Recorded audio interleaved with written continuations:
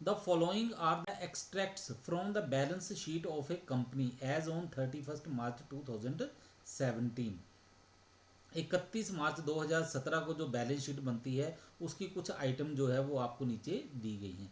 Compute the additional working capital required by the company for the year ending 31 मार्च 2018। तो आपको कहा गया है आपने क्या करना है, 31 मार्च 2018 को ये गणना करके पता लगाना है कि एडिशनल वर्किंग कैपिटल जो है उसकी कितनी ज़रूरत पड़ेगी, यानी कि ये जो अतिरिक्त कार्यशील पूंजी है और उसकी कितनी आवश्यकता हमें होगी। तो आपको आइटम क्या दिए हैं, फिक्स्ड एसेट्स दी हैं, land and building, plant and machinery. तो ये जो वर्किंग कैपिटल का न्यूमेरिकल है तो इसमें फिक्स्ड एसेट की आपको ज़रूरत नहीं होती है, क्योंकि आपको पता है करंट, ये जो वर्किंग कैपिटल है वो कैसे पता करते हो आप, वो पता करते हो current assets minus current liabilities करके। तो फिक्स्ड एसेट की ज़रूरत नहीं है, ये क्वेश्चन में लिखा हुआ है या नहीं लिखा हुआ है तो इसकी हमें कैलकुलेशन में ज़रूरत नहीं पड़ेगी। हाँ, पेपर में ये दिया होगा तो आपने इसको तब इग्नोर करना है। ऐसे नहीं है कि कई स्टूडेंट क्या करते हैं, वो कहते हैं ये फिक्स्ड एसेट लिखे हुए हैं, इसको कहीं ना कहीं प्लस या माइनस तो करना ही होगा, तो ऐसा नहीं करना है आप लोगों ने। तो इसके बाद हमारे पास है current assets, stock, debtors, cash and bank. ठीक है, ये दिया है। करंट लाइबिलिटीज़ में आपको दिया है creditors, taxation, bank overdraft, bills payable. तो ये क्वेश्चन आप देखो, करंट एसेट, करंट लाइबिलिटी, इनको माइनस करोगे तो आपके पास आएगी working capital.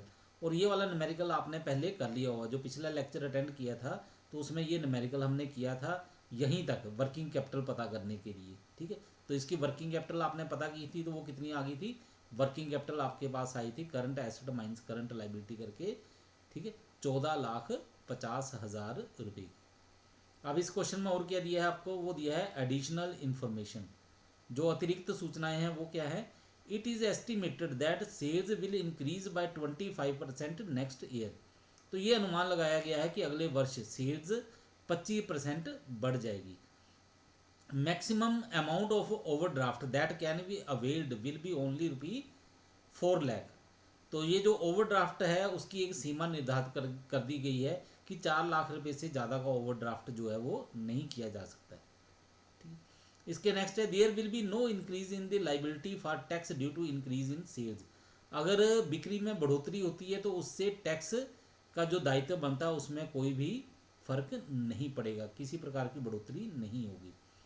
Period of credit allowed to customers and stock turn over will remain unchanged. तो ये जो कस्टमर है उनको जो पीरियड ऑफ क्रेडिट अलो किया जाएगा उसमें और स्टॉक टर्नओवर में कोई भी अंतर नहीं आएगा, वो वैसे का वैसे ही रहेगा। Period of credit allowed by creditors and that for bills payable will remain the same. इसी प्रकार क्रेडिटर्स और बिल्स पेबल के लिए जो पीरियड ऑफ क्रेडिट है वो सेम का सेम रहेगा, उसमें कोई भी परिवर्तन नहीं होगा। There will be no increase in the amount of cash and bank balance.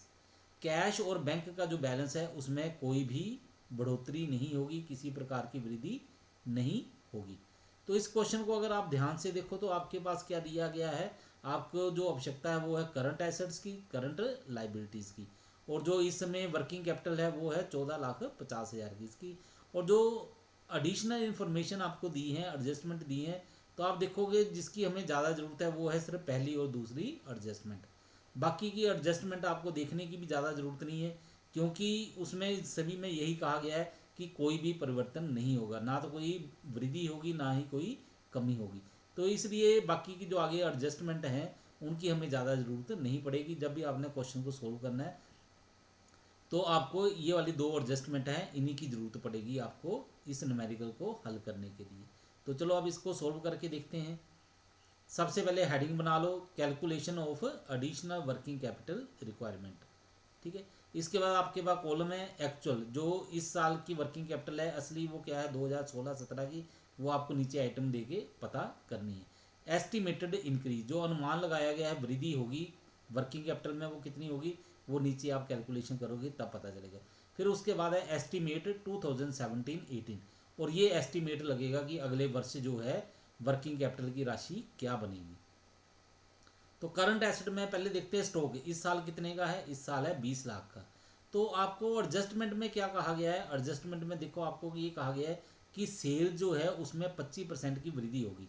अगर सेल्स बढ़ेगी 25% की दर से तो इसका मतलब है स्टॉक भी आपको 25% की दर से बढ़ाना पड़ेगा। तो इसका मतलब है ये 20 लाख है, इसके ऊपर 25% करो, ये बन जाएगा आपके पास 5 लाख रुपए। तो अगले साल जो है आपका स्टॉक कितना होना चाहिए, अगले साल स्टॉक आ जाएगा 25 लाख रुपए का। इसी प्रकार डेटर्स इस समय कितने हैं, 7,50,000 के। तो 7,50,000 के डेटर्स हैं।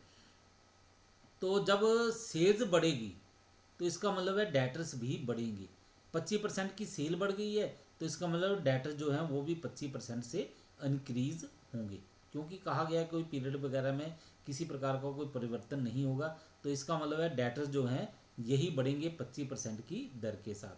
तो 7,50,000 का 25% करो तो ये कितना बन जाएगा, ये बन जाएगा आपका 1,87,500 रुपये। तो अगले साल के लिए एस्टिमेटेड डेटर्स जो हैं वो कितने बन जाएंगे, वो बन जाएंगे 9,37,500 रुपये की। उसके बाद है कैश एंड बैंक, ये कितना है आपके पास, ये है 5 लाख रुपए का। तो आपको क्या कहा गया है, कैश और बैंक बैलेंस जो है इसमें कोई परिवर्तन नहीं होगा, तो इसमें कोई परिवर्तन नहीं किया गया है। कैश और बैंक बैलेंस जो है वो 5 लाख का रुपए का ही रहेगा। ठीक है, इसके बाद आपने ये टोटल लगा लेने हैं, टोटल लगा लिया। इसके बाद हम चलते हैं करंट लाइबिलिटी में, क्रेडिटर्स। तो क्रेडिटर्स आपके पास कितने हैं, 8,50,000 रुपए के। तो इसमें क्या कहा गया है कि सेल्स जो है वो आपकी बढ़ेगी 25%। अब सेल्स बढ़ेगी तो डेटर तो आपने देख लिया, डेटर बढ़ेंगे, स्टॉक बढ़ेगा। अब स्टॉक बढ़ेगा, स्टॉक बढ़ने का मतलब है कि आप स्टॉक खरीदोगे। अब स्टॉक खरीदोगे 25% ज़्यादा, ठीक है, तो इसका मतलब है आपके क्रेडिटर भी 25% ज़्यादा बढ़ जाएंगे। तो इसका मतलब है यहाँ पे क्रेडिटर्स के ऊपर 25% करके देखो तो वो कितना आएगा, वो आ जाएगा 2,12,500 रुपये। और अगले साल के लिए जो एस्टिमेटेड क्रेडिटर हैं वो बन जाएंगे 10,62,500 रुपये। इसके बाद टैक्सेशन इस समय कितने का है, इस समय टैक्सेशन जो है वो है आपके पास 2 लाख रुपए का। लेकिन टैक्सेशन में क्या कहा है कि किसी प्रकार की कोई वृद्धि नहीं होगी, तो टैक्सेशन को हमने रहने दिया। तो टैक्सेशन जो है वो टैक्स जो है वो 2 लाख रुपए का ही रहेगा। इसके बाद बैंक ओवरड्राफ्ट इस समय है 3,50,000 रुपये की। ठीक है, और आपको कह दिया कि इस बार आपकी मैक्सिमम लिमिट जो है वो 4 लाख की हो सकती है। ठीक है, तो 4 लाख का ओवरड्राफ्ट हो सकता है अगले साल, तो इसका मतलब है 50,000 रुपये का ओवरड्राफ्ट बढ़ जाएगा और ये अमाउंट आ जाएगी एस्टिमेटेड 4 लाख रुपये। इसके बाद है बिल्स पेबल, ये कितने हैं, 4 लाख रुपए की। फिर वही बात है कि सेल्स बढ़ेगी तो स्टॉक बढ़ेगा, स्टॉक बढ़ाना है आप लोगों ने तो स्टॉक खरीदोगे तो उधार में खरीदा जाएगा, उधार में ये जो बिल्स पेबल हैं, क्रेडिटर हैं, ये भी बढ़ेंगे। तो इसका मतलब है 4 लाख के बिल्स पेबल जो हैं उसमें भी इंक्रीज होगी 25% के हिसाब के साथ। तो 4 लाख का 25% किया, ये आ गया आपके पास 1 लाख। तो एस्टिमेटेड बिल्स पेबल कितने बन गए, 5 लाख रुपए की। अब टोटल लगा लो इन दोनों का भी। ठीक है, अब आपने पता करना है वर्किंग कैपिटल। तो करंट एसेट्स में से करंट लाइबिलिटी माइनस करो। ठीक है, ये टोटल है, इस टोटल में से ये टोटल माइनस करो तो ये बन गया 14,50,000 रुपये। ठीक है, ये इस साल की वर्किंग कैपिटल है। ये आपको क्वेश्चन के अंदर भी दी हुई है वर्किंग कैपिटल, ये वही है। तो इसी प्रकार आप इंक्रीज का ये जो टोटल है इसको भी करोगे तो वर्किंग कैपिटल में इंक्रीज हो रही है, वो हो रही है 3,25,000 रुपये की।